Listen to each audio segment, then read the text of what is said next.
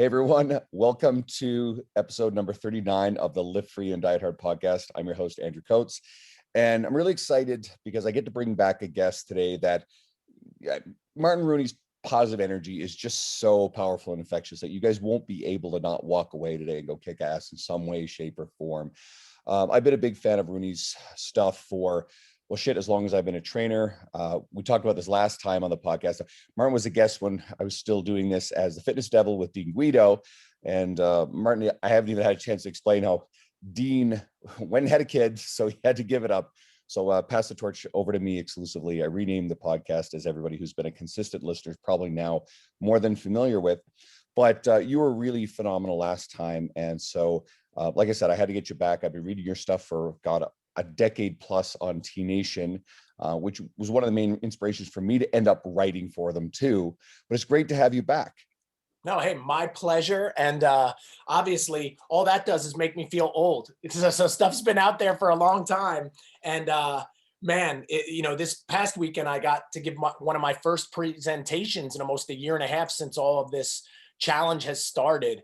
And man, it was just great to see a little bit of the world coming back. And for all my Canadian listeners, hey, I'm wishing everybody the best and just know everything's going to be all right. We're coming back, and I can't wait to have everybody back online, and back towards normalcy. And for anybody who doesn't have a ton of background in you, you're the owner of Training for Warriors, right? That's a big fitness brand out there. I've got a friend, Matt Manti, here in Alberta, down in Didsbury, and he's one of your guys' locations. And then you're an author. We're going to talk a little bit about your upcoming book. First, anyone gets to hear about it publicly is right here on this podcast, which is kind of cool. And you're certainly a pretty legendary coach and speaker, leader in our industry. I got to see you in 2017 present at Luca Hocevar's event, which was fucking like career changing. I loved it. So I guess we'll get into the book, but I think this is sort of along the same lines of the theme.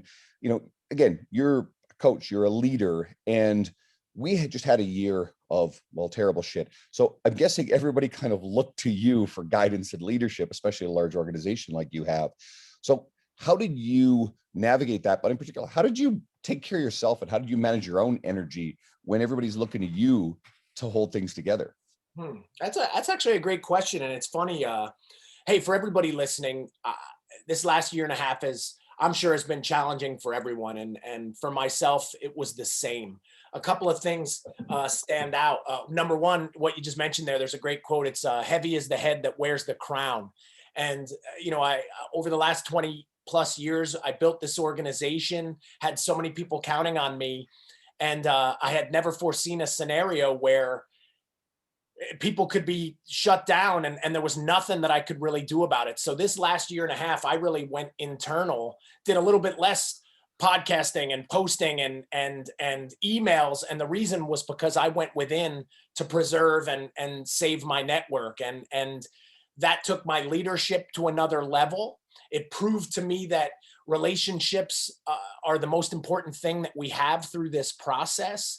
And we came out on the other side, and I couldn't be happier because of what it taught me about what was most important. So now looking back, there were many silver linings. The best way I can say it is this was a scenario where you get the lessons after you take the exam. Usually you learn all the lessons, then you take the test. This was, holy cow, you take the test and now you get the lessons, which I'm sure we'll cover some of those today. But for myself in particular, I went within with my company and really continued to foster and develop those relationships. And that's what I advised all my TFWs to also do. And I think that's why they continued to thrive during this time. But for myself personally, I dove deep into my reading. I dove deep into my writing. That's what produced the new book. But I dove even deeper into my family time, where as a guy that used to travel 150 days plus a year, I missed a lot of stuff, and there were things that I wasn't always around for. And this gave me a huge opportunity to re-engage with my kids, in particular my oldest. And maybe the brightest shining light of this entire process is my daughter signed with Notre Dame and Notre Dame track and field. So she's going to be going to Notre Dame in August. And that last year and a half, the hell we went through, it gave me a chance to pour everything I had into my kid. And I think that that definitely led to some magic that might not have happened if I wasn't around. So I guess I'm challenging everyone listening for all the challenges that happened. What were some of the things now looking back that were silver lining? Where did you improve? Where did you grow? What relationships did you strengthen? And maybe like every other form of adversity in our life, you're going to look back and say, wow, I don't know if I'll say I'm glad it happened, but at the same time, man, I'm stronger because it happened. And so I definitely had a lot of those scenarios. And maybe finally, hey, and I dove into my training, man. So my daughter and I, we doubled down, right? I knew there was a moment where I said, hey, we can lighten up or we can tighten up, right? Like we can lighten up, not train because they're stopping us, or we can run in the street if we have to. We can lighten up and eat junk food, or we can tighten up and get better with our nutrition. And man, we chose the tighten up route. And man, it was, again, it gave me an opportunity to really, rebuild my body, my mind, my family, everything. And now looking forward, I'm excited to push that out there everywhere. There's something fun embedded in there, because obviously you're very, very highly regarded as a coach. You've worked with UFC fighters. Most recently, you had Jim Miller, and you've got kids in sports. Like a lot of coaches, I think, can struggle sometimes with coaching, certainly like spouses, partners, girlfriends, that sort of stuff, boyfriends. But is it any different working with your own family than it Oh is my gosh. the Yeah. like high level athletes, or the you have an extensive history working with like law enforcement types as well. So how's it different with family? Well, now here's other stuff is the last 4 years, I've also been the high school track coach, and my daughter is on that team. 3 years before that, I was the middle school coach for her team. So I will say training your children when they're young, it's much easier. They listen to you, they believe what you say, and you have there's a lot more fun. And my daughter in particular, as she became higher and higher level, and there was more and more pressure, definitely it can put a tremendous strain on the relationship, because you have to understand, or they have to understand too, when you're dad and when you're coach. And sometimes when that gets blurred, things get difficult. And I wish I could say I have all the answers, but what I would say is that I would always err towards being more involved in your kids' lives than letting someone else handle it, especially when it's an area of your expertise. But at the same time, you have to understand as a parent, hey, when they're the kid and when they're the athlete, because perhaps sometimes I was too hard on her, or so strict playing coach, when maybe sometimes she wanted dad. But definitely I would say we had a successful run. There was one point she was top 10 in the United States in the heptathlon. Now she's going to the University of Notre Dame, one of the United States' best colleges for sport. And I wouldn't trade any of it, right? Like I just gave a speech this weekend. And like you said, I have coached Olympic medalists. I cornered Jim Miller 4 times during the pandemic. He has the most fights in UFC history. And I'll be honest, I would throw it all away just for the results that my daughter has achieved. Like I would trade all of it for her. And I think maybe the biggest thing I learned through this is that if all my athletes would have succeeded, but my children would have failed, I would have failed. Right. And the greatest product, and my favorite athlete, is my daughter. And man, and it's probably the achievement that I'm most proud of, that she was able to be successful and use what I knew best, versus I was never around, or our relationship was strained or something. So that's the piece. But yeah, again, back to the original thing, but it is not easy. It is a challenge. There are many ways you can screw it up, and I have, but at the same time, I would always err towards, hey, make training part of your kid's life, make nutrition and fitness part of your kid's life, and be involved and ask questions and continue to keep that door open and communicate. And I really have always done that, but in particular, even more than ever over this last year and a half. And I'm really glad that I did. Silver lining this Yeah. year for you, if you're going to look back at it and look at all the blessings we've had. So obviously you mentioned speaking, so I think that's the speaking at West Point that you had on your on your Facebook recently, and of course, preparing Jim Miller, and like that's just the recent stuff you've been doing. So these kind of doors and opportunities, these things don't open themselves. You've been knocking down these doors for a really long time. What principles have you established and operated under to put you in the position where you are today to be able to do the Yeah. things you're doing?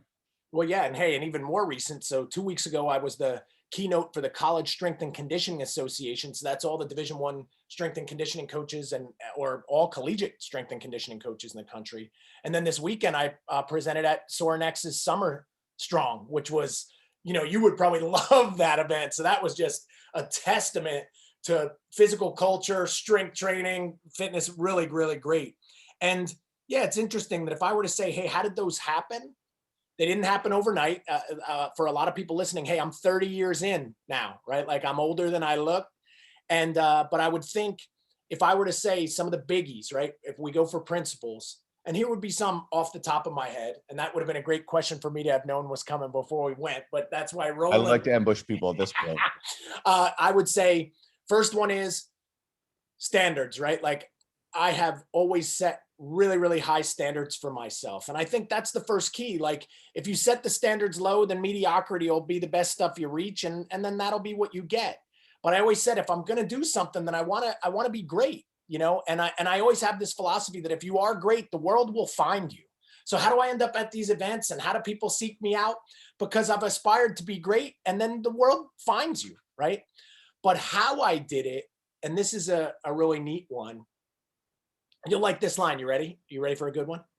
Yep. How I did it is not hocus pocus. How I did it is focus, focus. So if I were to say how I have done what I've done, I have just been so focused where other people probably lost focus. When I'm reading a book, I am focused. And then what did I do? I read thousands of them before I ever decided to write one. When I would go to courses for a decade before I ever dared to give one, I would focus and just learn everything that I could learn on that. When I'm training, I'm focused. When I'm eating, I'm focused. When we're doing this podcast right now, I am focused. And that was an ability I had to develop, but that focus over time. So then you add a little consistency and discipline, and man, there's almost nothing you can't have, right? So if you want to you want to be a good speaker, you got to focus. You want to be a good writer, you got to focus. And when I say focus, I guess I'm kind of saying avoid the distractions. So if you ask me, hey, what were your favorite shows during the pandemic? I don't have any. That's not where I was spending my time, man. That doesn't make me any better. The world's not going to find me because I'm real good at watching movies, right? And if you say to me, hey, what was the best junk food you ate, or what was the where did you like laying around the most, or like those just weren't things that I did. And I stayed very focused on whether it was developing myself or developing my company or developing my skills. And so ultimately, I don't know if those are principles or skills or abilities, but those would be it. It was have very high standards, be very driven towards them, and then just use nonstop focus until those things are achieved. And if I were to sum those up, and so notice what I said there. I didn't say, man, because I'm just really highly intelligent or I'm smart, because I'm not. I was born just so naturally talented that I have these gifts no one else have. I don't. But what it is I just stayed so focused until what I wanted was mine, right? And anybody can do it. And I'm calling everyone out. Little tough love here. And if there's anything you don't have right now that you want, you just haven't been focused and worked hard enough for it, right? And that's just how it works. You just summarized a concept to the whole growth mindset versus fixed mindset.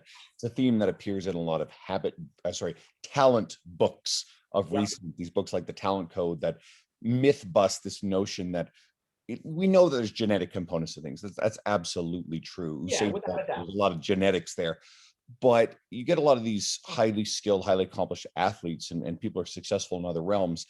And this notion that they're just innately talented and they coasted by on nothing is essentially a myth. A lot of these people, Michael Jordan is really famous. He's a famous example of someone who every time he was, beaten, he didn't make his varsity basketball team, or the Detroit Pistons kept knocking him out of the playoffs early in his career. he just made that something that forged him to work harder and harder and harder until he was absolutely the best in the sport. And if you really want to get anywhere in life, you really have to focus on the effort. And another thing that kind of goes into coaching people, and you did it about yourself, you didn't praise natural ability, you highlighted and quote praised the effort. If you want people to grow, if you want people to break away from a fixed mindset, if you and I'm not an expert on parenting, but you raise your kids, you want them to work hard. Don't praise them on how intelligent they are and how smart they are. Praise them on their effort. And that's what's going to encourage more and more of that effort, which will lead to these kind of results. Yeah, and for everybody listening, that's Carol Dweck's book called Mindset. And Andrew just gave the ultimate summary of it, where it can actually be detrimental to tell your kid they're so great, because what they say is then the kid is afraid to do anything if they don't look great.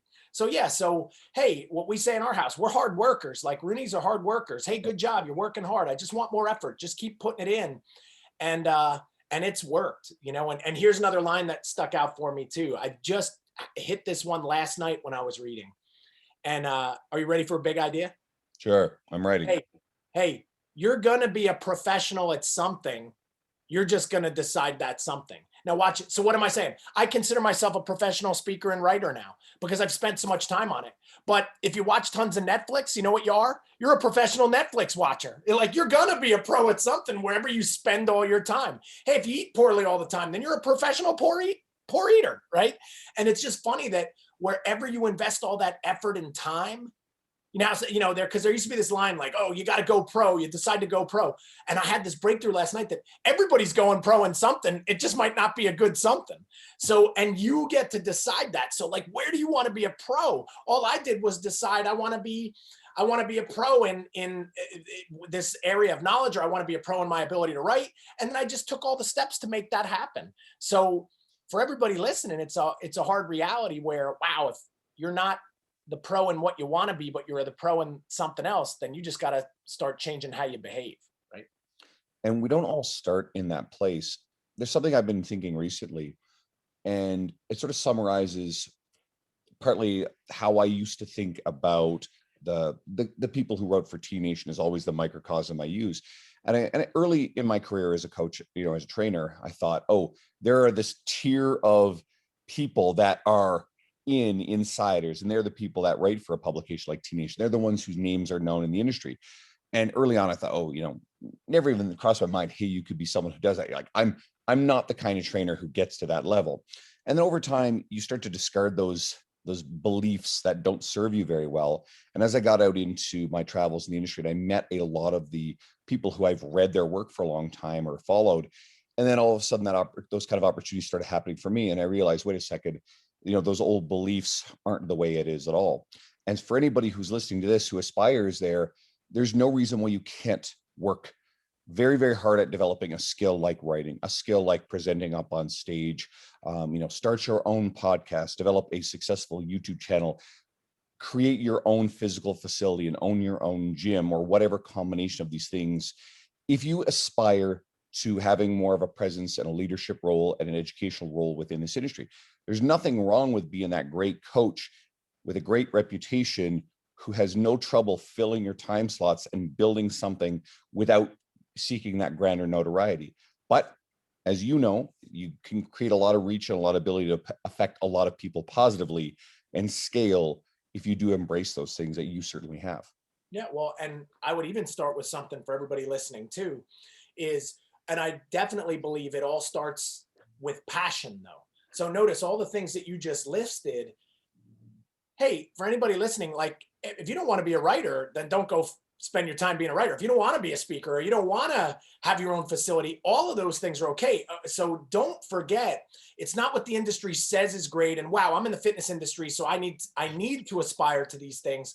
I'm challenging everybody what they want to do. So I believe how my authenticity comes through, or why people like what I do, is because I'm so passionate about it, where they know without a shadow of a doubt, this is what I love doing. Like, I love being on stage. I love trying to excite and energize someone. Now, if that's not your style, or that's not what you want, then you need to go find out what that is. And that's where you should invest your time.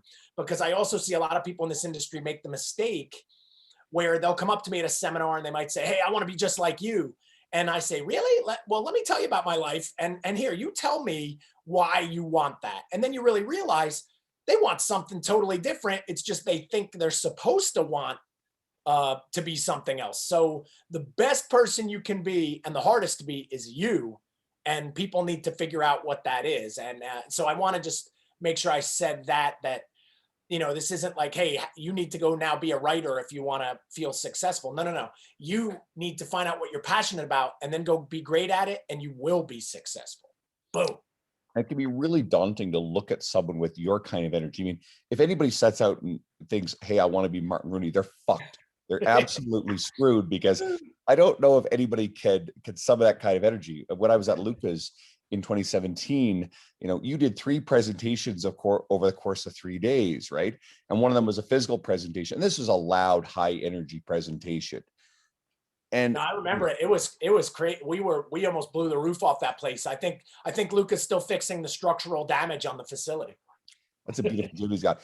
And I actually recently reconnected with Tom Robertson, who was one of the guys that was there with you. Yep. And he's blown up his social media. So he's been having a lot of fun with it. He's been on a tear calling out people who keep stealing his stuff, which is kind of amusing, but a topic for another time. But another example is Luca himself. Luca is a very, very high energy coach, right? Everything you see on his media is hustle and grind and work ethic and charisma. Not everybody can be like that. So if you set out to think that's how you have to be successful, you're already going to quit before you start. You have to find your own version of that, or be authentic to you, and then define success on your terms, because not everybody's ever going to be able to summon that kind of energy. Yeah. So, and again, and I think that's the soul searching, right? Like this last year was a great thing about that, of who are you? Who do you want to be? What do you want to achieve? And there's never been a better time probably in our history that if there was a time to switch or learn something new or change an industry, it would be now. And I've watched a lot of people do that, and they're only going to end up happier, right? For instance, during my talk, I had a big breakthrough this weekend where there were professional coaches there, collegiate coaches there. And this one guy who's a legend in the industry, he got up and he said, "Oh, I'm just a high school coach." But he was receiving the Hall of Fame award because of his 40 or 50 years impacting tens of thousands of lives. And during my speech, I just said, "Hey, I want you to give permission to yourself that like what you did was great, and it's okay." It was almost like he was feeling the pressure that he had never chosen to try to go to the college of the pros, so he wasn't as valuable. And I want to make everybody understand that now, that whatever it is you do, you're measured by the people you impact, but also you're just measured by yourself. And as long as you're happy, that's good enough, right? Like that's the person you got to make happy the most, not everyone else. And I don't know, I think people miss that, especially in the advent of social media now, that we're always comparing ourselves to others. And a line I like to say a lot is, comparison is the thief of your joy, right? Like, so man, look what Andrew's doing. Oh, well, if he's doing that, then I need to be doing this, or my life's not good. And now if you think like that, man, it's pretty scarcity, another mindset, right? We went over growth, then there's scarcity and abundance. There's enough good and authenticity for people to be who they want to be. It's infinite. So if someone else is doing good, that's great. And if someone else is becoming something, that's awesome too. And that doesn't have to do anything for you, or you don't have to compare yourself to that in any way. And man, and when people understand that, it'll take a lot of pressure off. And especially at this day and age where people are just sitting there scrolling through their phones. And I'll take another twist on what you just said about the high school coach. A lot of people listening, they deal primarily in general population, Yeah. yet they see you training Jim Miller, UFC fighters. Luca, God, he's got a steady stream of Seattle Seahawks in his facility, right? Pro NFL players. Sam Pogue was another guy who was presented at the 2017 event. He works with Jake Arrieta in Major League Baseball, and I can go on and on through. If you know who Chad Landers is, Chad works with, or Ben Bruno. These guys are down in LA working with celebrities, movie actors. It doesn't mean that they've achieved some sort of great heights of the sport. It just so happens to be, it's both opportunity and where you want to go with it. But a lot of people, you're not in the minor leagues working with the general population. I prefer working with the general population, right? Yeah. I don't have a strong background in collegiate athletics, So I don't seek that stuff out. I work with some minor league hockey players and, and other young athletes, but that's not really my bread and butter. And it's not something I make as part of my brand and my media. So I really love being with and shaping the lives of people who are just who you would define as general population. And that's absolutely the coolest thing ever. It's also a really good place to be for most coaches. It can be very financially lucrative instead of chasing, working with athletes, which, especially young athletes, they don't necessarily have the resources unless you're, someone like Pete Dupuis with Cressy Sports Performance, where, they have this reputation where they're literally the destination for this type of stuff. So don't think that for a second that there's somehow something lesser about working with the general population.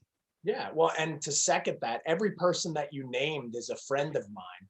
And every person that you named, especially me, if anybody knows about me, yeah, like those are the guys you throw up on the social media when you're working with pros and stuff. But if I looked at my career, the super pro guys are about 1% of the 99% of people that I train. So training for Warriors, where we have hundreds of locations around the world, that's general pop, right? But I don't even call it that. Like, I don't know, it's people. So remember, whether you're training a pro or you're training a housewife that wants to lose 100 pounds or a dad that needs to get off meds, like they're people. And are you making a great impact? And that is the most important piece. And I'll be honest with you too, training pros, there's not a lot of them. It's very competitive. And those people are already very highly motivated. So you probably don't even get to use your skills. So yeah, I'm giving not only credit, but I want to empower all the people listening that there are billions of people out there that need our help. And those people are not the high-end pro that has money and is super motivated and it will eat their shoe if it'll make them a little bit faster. So definitely, so to agree 100%, but also to know, guys, that's what I mean about comparison. When you look at social media, people are posting the good stuff or the stuff that like is worthy of being noticed, which is exactly what you did, but you don't see you don't see where the real work is happening or what's going on there either. So yeah, I mean, hopefully this is empowering for everybody, but what's the ultimate message again? Hey, choose the area you like, but ultimately once you've done that and found the intersection of your passion and where you want to be, then you got to try to make the greatest impact you can make. And that's what I try to do in my writing. That's what I try to do in my speaking. I just want to impact as many people as possible now. And I don't care who they are, and they don't have to be some Super Bowl champ to now only be the person that I'll work with. Now, you just said writing, and you just said impacting as many people as possible. So that leads to the main reason why we're on here today is the new book. Yes. The book that's coming out. So it's the follow-up to Coach, Yep. similar sort of theme. And that one's on my bookshelf along with your book, Warrior Cardio, an older one. But the new one's going to be called High 10. So I guess there's two questions that I'll let you run loose with here. One is, what does the book have in store? And two, any of your thoughts about why you sought out to be a published author instead of, quote, just a coach who trains people? Wow. Well, hey, I'll start maybe from the beginning. I never sought out to be a published author. That was never an idea. I never sought out to be a speaker either. Both of those happened organically, where in the writing in particular, I started to get asked to do Q&As. I was one of the original Q&A members on EliteFitnessSystems.com. And then I became on the editorial council of Gracie Magazine. And that led to almost daily writing. I eventually became a blogger for Men's Health, but it was almost like I had to write every day, answer questions, see what people needed. And it forced me to work on my writing. Those writings turned into self-published books. Those self-published books turned into big publishing houses seeking me out and saying, hey, do you want to do this for real? And then it's kind of funny. Even then, I still never called myself a writer. Like if somebody asked me, hey, or what do you do? I would never say I was an author or I was a writer. But this last couple of years, I wanted to see how I could push myself. And the first one was Coach to Coach, which came out last year. And it's a fictional story that I use as a vehicle to get across my philosophy of what it means to be a coach. And even during the pandemic, that book did so well that I said, man, I want to do more. I want to take it to another level. I want to write the sequel, but I want to go deeper. I want to be, so I started reading how to write better stories, reading how to engage the, so it wasn't even about the message anymore. It was also about how can I write it, really get into the craft. And over the last 6 to 8 months, I wrote another book. This is the first time I'm showing a rendering of the new cover. So it comes out in a month, but I don't even have copies yet. It's called High 10. And where Coach to Coach was about coaching, Put it High back 10. up. Put it back up. I got to get a photo of this. First time ever showing it off. Good. And the High 10 is not just about coaching, but it's how to use your coaching to create great culture and great team. And that's what I've really identified where I'm at my best. So when I started to say, well, who am I? How have I produced the results I've produced? Or how have I built the businesses I've built? It was by creating an incredible culture amongst a number of people. And that's how we were able to survive and thrive during this really challenging time. So great culture doesn't just win championships, which we've done. Man, great culture allows you to, thrive during the greatest challenges. And it couldn't be more timely now that it's coming out. So High 10, it's 100 more pages. They wanted it to be bigger, better, badder. And man, yeah. So it comes out on July 7th worldwide, where it'll be released. And again, with a major publishing house. And I couldn't be more excited because this is the first time I'm talking about it, but we have a month till it releases.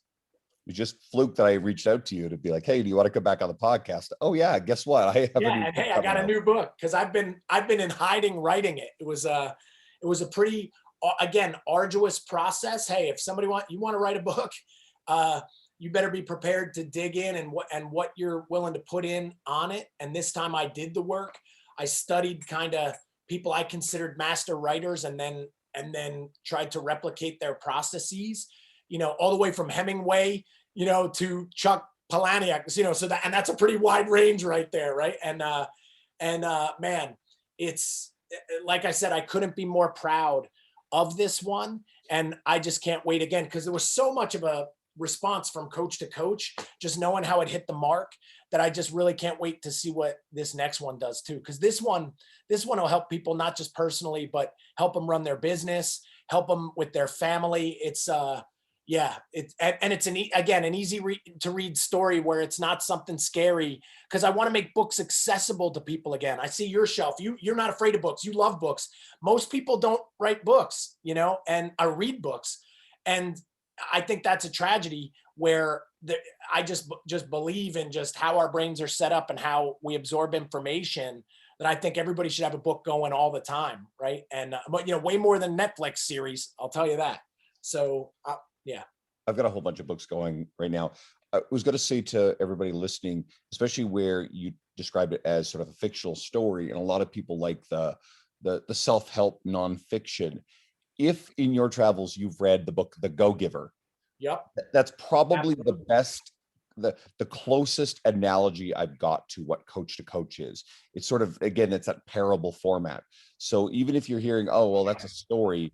Yeah, I was going to say, I thought I had it sitting right there. Yeah, it's I assure you guys, Go Giver is a great book. Everybody should read that too. And they're both easy, accessible. They're not long reads. Coach to Coach, you can blast right through very, very quickly. You can do it in a day with ease if you have the time. So if you like that sort of format, and the Go Giver especially, you'll really enjoy this. And to what you're just saying about reading, yeah, like this year, God, what do I have on the go right now? I've been diving through Joel Jamieson's Ultimate MMA Conditioning. It's actually a really good book. Classic. That's a classic. It's actually one of the best books out there on energy system training and periodization. And again, a good read. I'm doing what is that one? Secrets of Successful Program Design. It's a newer one by Alan Cosgrove and Craig Rasmussen. These are all good friends of mine that you're mentioning right there too. Totally. Another classic. And I've got Mike Isertel and his RP teams. I've got them all posted up here. I'm just trying to remember. Scientific Principles of Hypertrophy Training. I never memorize all the titles. So I've got all these books going right now, plus Striking Thoughts by Bruce Lee. I pulled this one out of the Almanac of Naval Ravikant, which is another great book, right? And I'm reading, you talked about reading stuff on writing, Murder Your Darlings by Roy Peter Clark. So I'm terrible for this now, where I'll be halfway through a whole bunch of different books, but I'll finish them all. And that's not everybody, sure. Pick one that you're interested in, absolutely. But yeah, I decided this year, okay, cool. I was actually lucky to be really, really busy the entire year anyway with work, right? But I thought, okay, I want to double down on and grab a whole bunch of stuff that's just going to upgrade me. So that way, coming out the other side of this, I am further ahead. Because a lot of people, and again, I don't fault someone if they didn't, dive into this stuff this year. I really don't. This is a challenging year for people. But we're going to have seen a lot of people in the industry who didn't put in this effort. They did upgrade themselves. We're going to see a lot of people who dropped out of the industry because they felt like, wow, I need to find a secure, stable, salary job somewhere. And that's a bullshit illusion, because how quickly can you go from, $100,000 a year to zero with a layoff, or, your business going under? So I don't necessarily think that's any safer than the unstable income we get as coaches. But there's, like you alluded to this, and I'll straight up say it, there's going to be a lot of opportunity going forward. I believe there's going to be a massive surge of people who look around at the devastation of this past year and go, shit, I've gained 25 pounds. I don't feel like I used to. And anybody who's saying that gyms are dead, well, bad business models are dead, that's for sure. But gyms will thrive. The fitness industry is going to be one of the most in-demand entities and industries you could imagine. People will be looking for the classic shortcuts, and they will be looking for, your Pelotons and your mirrors and your algorithms and apps. But they'll also be looking for coaching relationships and people who will be able to help them. And they may go from the apps and the devices and eventually find their way to good people. You need to be there to meet them when they're ready, so that way you can help them. I agree 100%. And that's, we say it as the rain is coming, right? Like it's, we've been waiting for a long time. And I agree 100%. Like, hey, what did you do with this last year? Did you improve your business systems? Did you improve your business acumen? Did you, how did you grow so that you're prepared when it all happens? And hey, there will be some people that did and some people that didn't. But for anybody listening, it's never too late, right? Like, what's that old line? Best time to plant a tree is 20 years ago. Second best time is today. So, and again, it's whether it's what you're reading, what you're studying, what relationships you're developing, all of these, if you're not spending time on those every day, it's going to be very difficult to move forward, right? And yeah, last year I read 140 books. This year I'm 50 in deep. Watch this. I'll take you on a little tour. I rarely do this, but I'm going to show everybody my pride and joy outside of my office.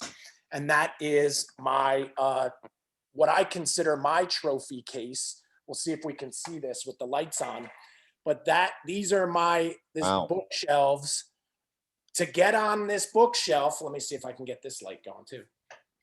To get on these bookshelves, and they are all filled out, to have read it, but I have a system before any gets put in here. So up top, up there, you can't see it so well. Those books this year, these are all the books from last year down below. And again, that shelf right there, you could almost say there's about 2,000 books on it. You're looking at my brain right there, right? And I don't know, I really believe you are a product of the books you read and the people you meet and the seminars and places you go to.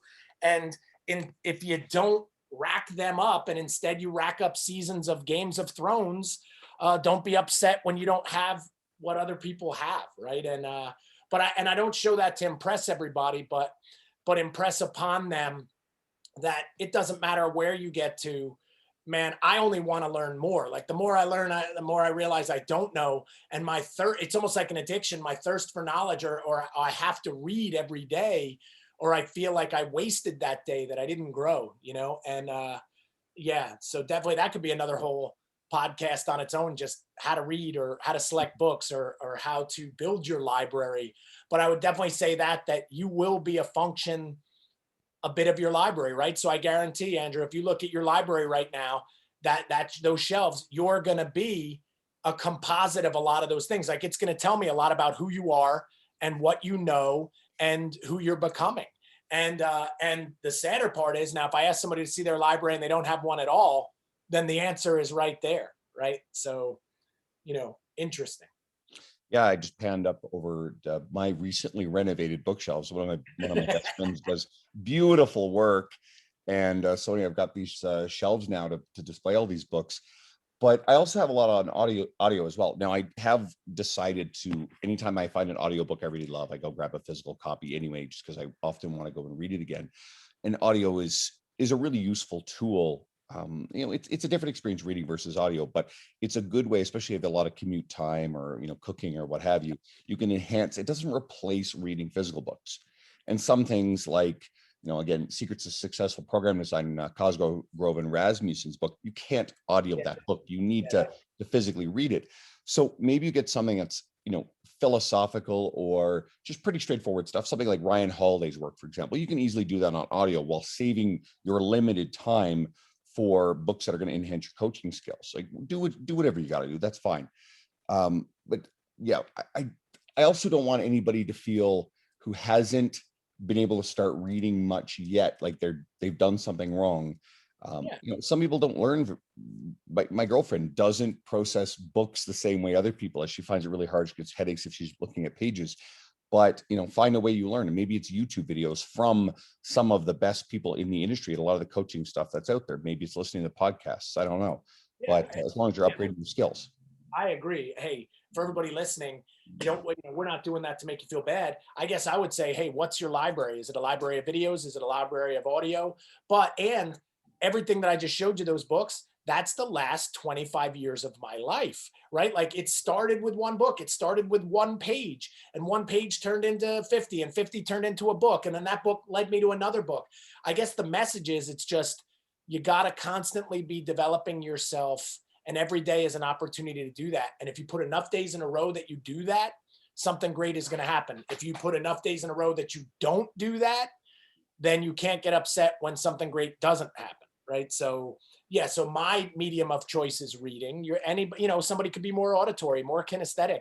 And hey, we didn't even get into, hey, that doesn't mean now just read and you don't physically train or challenge yourself either, which I do every day too. So yeah, but what I am getting across though is a book is a classic medium, but unfortunately most people when they finish school, they almost have also finished reading books. And if you are somebody that can read it, man, I would recommend you kind of get back into it. And it's as easy as getting back into exercise or eating well, and they will all help you grow.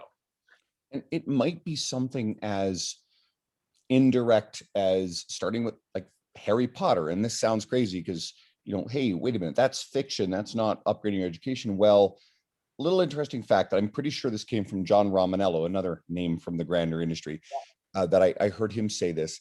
But if I'm not mistaken, the first Harry Potter book single-handedly reversed a multi-year over year decline in voluntary childhood reading. And then Harry Potter came along, zapped that trend, sent it upwards. And then what did Harry Potter do? It spawned, your Hunger Games and your Maze Runner and like all of these teen book series. And all of a sudden you have kids and teens reading a shit ton more. Where does that eventually lead? Maybe to something like, oh, God forbid, I always like making fun of The Subtle Art of Not Giving a Fuck by Mark Manson, which I call the twilight of the self-help genre. But if that leads you to Ryan Holiday or Simon Sinek or any of these other, Nassim Taleb, right? Any of these other really great writers who are going to expand your horizons. So I don't care where your starting point is. I just hope that people will focus on upgrading their skills anyway. And I've got something I'm working on. It's not published yet. I don't know where I'll publish it, probably on my website. It's going to be an article about how to get more out of your reading, strategies like, and I'll just give you one of them. Be able to drop a book. If you realize that, hey, this isn't valuable to me, or it's not interesting, or this author has a talent for taking a simple concept and turning it into a massive book. A really popular book in the fitness industry a while back, a couple of years ago, was David Epstein's Range. Range is a really great book. It could have been written in 1/4 of its length.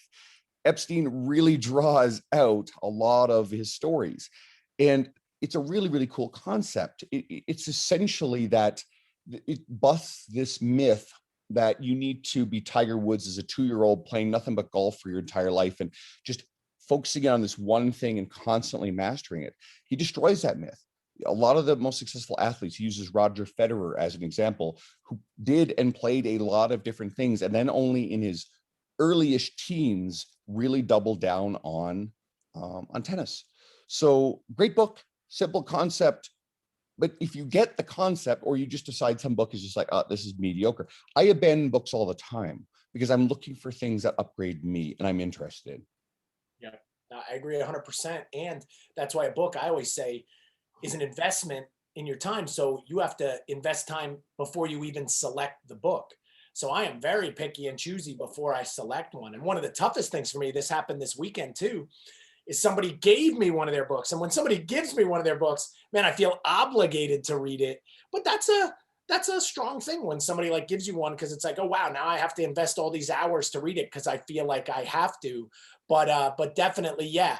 If it starts with Harry Potter, what does that also help you do? It gets your skills going again. You're getting back on the bike. You're reading. You're comprehending. Maybe you're enjoying. So I always have something going from a fictional range. I just read Gaiman's American Gods. That's an 800-page monster.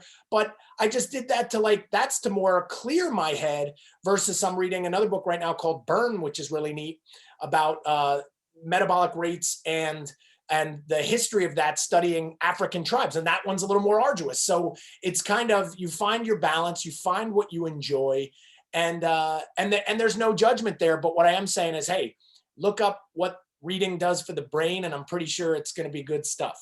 There's no doubt. And reading stuff like American Gods or Harry Potter is going to make you a better fictional storyteller because you are writing a piece of fiction that has. That's what I had to do. So I dove into, yeah, this last couple of years, I was never much of a fiction guy. And but I did enjoy a lot of biography, which is almost, again, it's a story and you see these incredible things.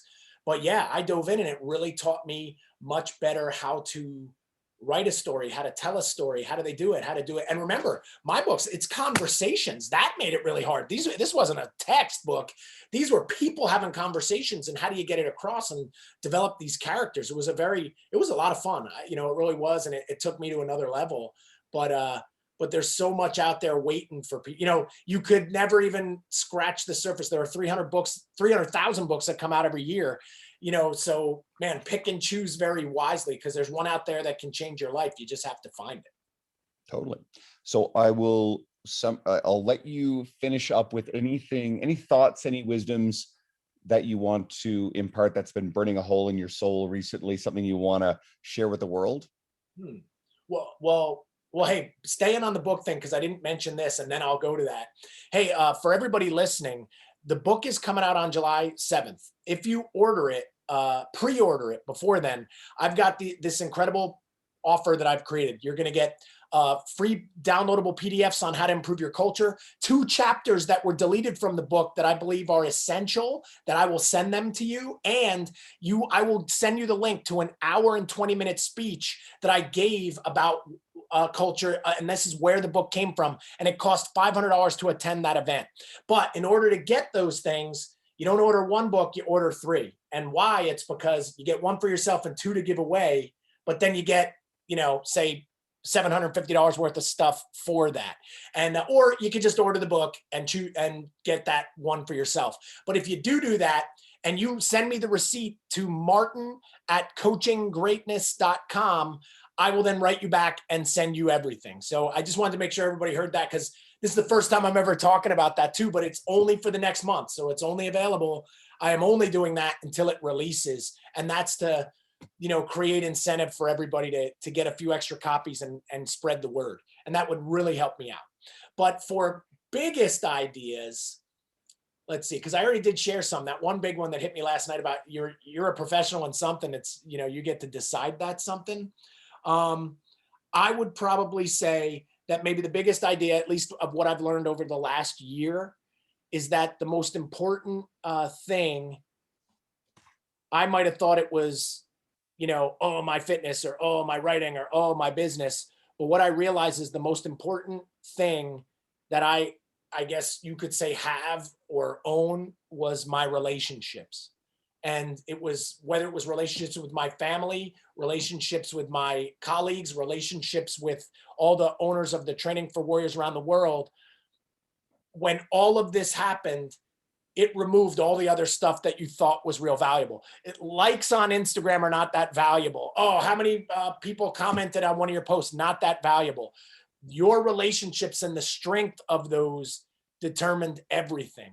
And this was a cleansing year for me to really realize that and reinvest back into those. And if everybody else didn't learn that, I'm hoping that you get that message right now and that you dig back into. So if you're in the fitness business, like I say in the new book, you don't build memberships, you build relationships. If you are in the, if you, it's about your family, it's not about arguing or whatever else, man, it's about strengthening that relationship, because at the end of the day, that will be your most valuable asset. And maybe that's my biggest breakthrough. Right I'll there. give a very specific example. So I mentioned how I saw you present in 2017. You and I sat down in a small group setting and you and I talked over dinner one-on-one. And I still remember that because as you said about focus, you were very present, and at the time you didn't know who the bloody hell I was. You didn't know that I'd have you on my podcast twice now and an ongoing invite. You'll be back. Or any of the other things that I would go on to write for some of the same publications you have. I was just, some young guy that just happened to attend this event. Anyway, and you were extremely present and gracious and engaging. And I've never forgotten that, right? So it's the classic, how you make people feel is still one of the most important things that we do on an everyday basis with not just our clients, but the people we randomly encounter. So you never know who you're talking to, right? Yeah, you never do. And that goes for when you're working with your clients or kids. Man, you could say something that could change their life, or you could say something that could ruin it. And I think that's part of what Coach to Coach was about. Is it really, that's a big part. It shows you that, man, you never know who you're talking to, so you might as well try to say something great all the time and spend your time and invest. And yeah, so that's a great example right there, because same thing, like this weekend when I presented, there were so many people, and I just love talking to people, but at the same time trying to figure out something you can give them, some way you can help them. And if you always take that approach, man, it'll never fail you. But ultimately, like we said, but what was it doing? Developing a relationship, and then we know each other, and then more great things happen. And every day somebody should be trying to foster that, right?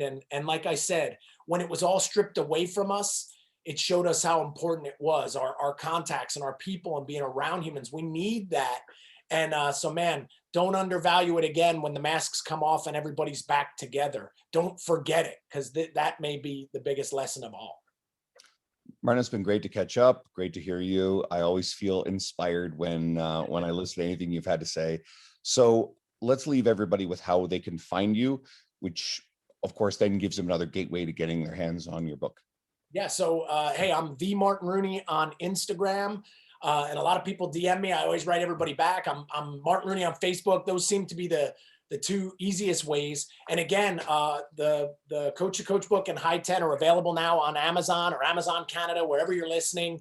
And I look forward, again, if you get it, write me. Let me hear. I want to hear what you think. Start that conversation, right? Like, that's the stuff, because it helps us all get better. So those would be the best places. And hey, it was my pleasure to present today. And I hope there was a lot of ideas in there. So I hope choose one or two or three. Whether it's reading, reinvesting in your family, getting better relationships, whatever it is, there was something there for you. But none of it works unless you do something about it. There you go. Wise words. And for everybody who has been a longtime listener, again, thank you. I really appreciate you guys always tuning in week after week. And for anybody who just so happened to have found this, maybe, the first time off of Martin's media, well, Martin's been a guest before, so go back and check out his previous episode. And some of the names we've thrown around, I've had Luca Hocevar on in the past. I've had Pete Dupuis and many more of the people we just talked about. So dive into my library, and maybe you'll find some stuff that you really enjoy, and maybe you'll stick around going forward, because I'm always working on getting industry leaders and undiscovered gems from our industry. So thanks again, Martin. Thank you, everybody, for tuning in. And until next time.